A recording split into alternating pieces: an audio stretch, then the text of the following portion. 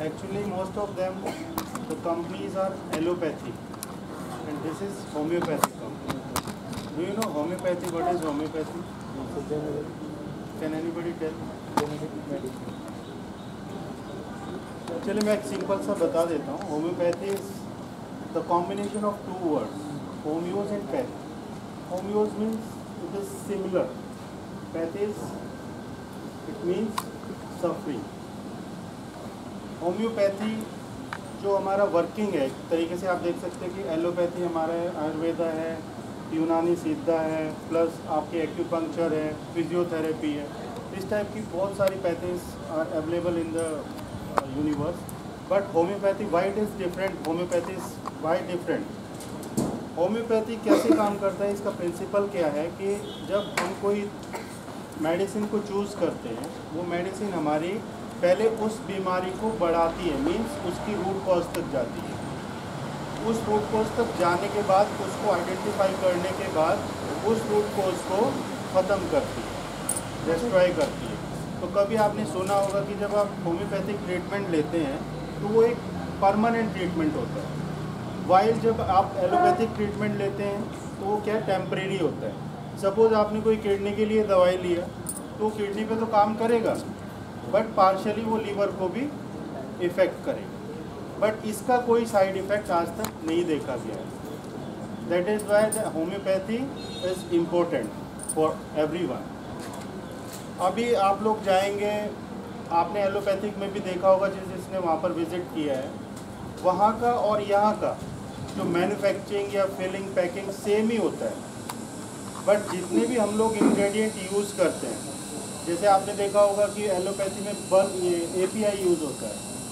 ठीक है, पैरासीटामोल में आपका पैरासीटामोल API है, बाकी सब एक्सीपिएंट्स होते हैं, बाइंडर्स होते हैं, एक्सीपिएंट्स होते हैं.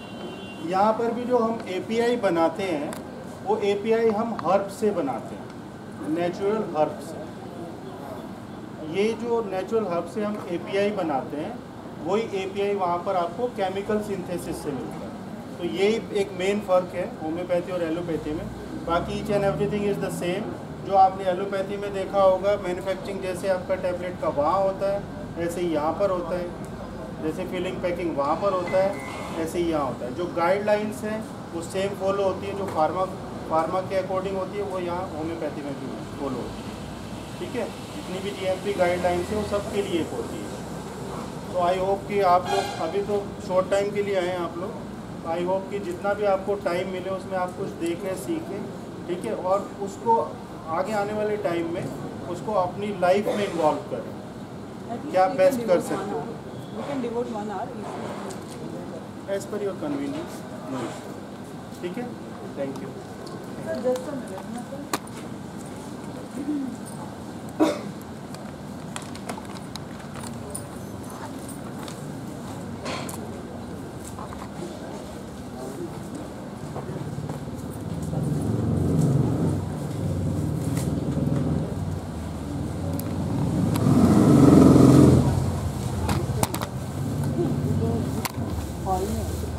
वो बाद में लिखना है, यहाँ वाला बाद में हम लिखेंगे.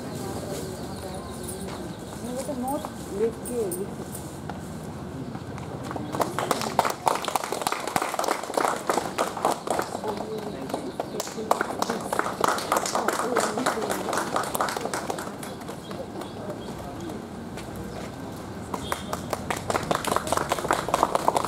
अच्छा, एक चीज़ मैं आपको और बता देता हूँ.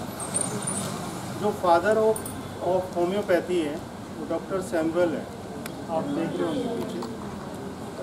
अप्रोक्स ये आई थिंक 17th सेंचुरी में डॉक्टर सैमुअल ने इसको इन्वेंट किया था. और आप अगर कभी पढ़ेंगे थ्योरी में तो उन्होंने एक फीवर उनको आया था, उनकी वाइफ को फीवर आया था, उस पर उन्होंने काम किया था. Fever is not the disease, fever is the symptom of disease. वो कुछ भी हो सकता है, फीवर आपको किसी भी वजह से आ सकता है. तो उन्होंने उस पर काम किया था. जो मैंने आपको बताया, उन्होंने पहले फीवर को बढ़ाया होम्योपैथिक मेडिसिन देके. जब वो फीवर को बढ़ाया और उसकी रूट कॉज तक वो मेडिसिन को लेके गए, उससे फिर उसको ट्रीट किया वापस. That is why this is called similar suffering treatment. ठीक है, Pardon? I will just call your name, kindly respond. Mrs. Srijana, Mr. Vivek, Mr. Gaurav Raj, Mrs. Padma,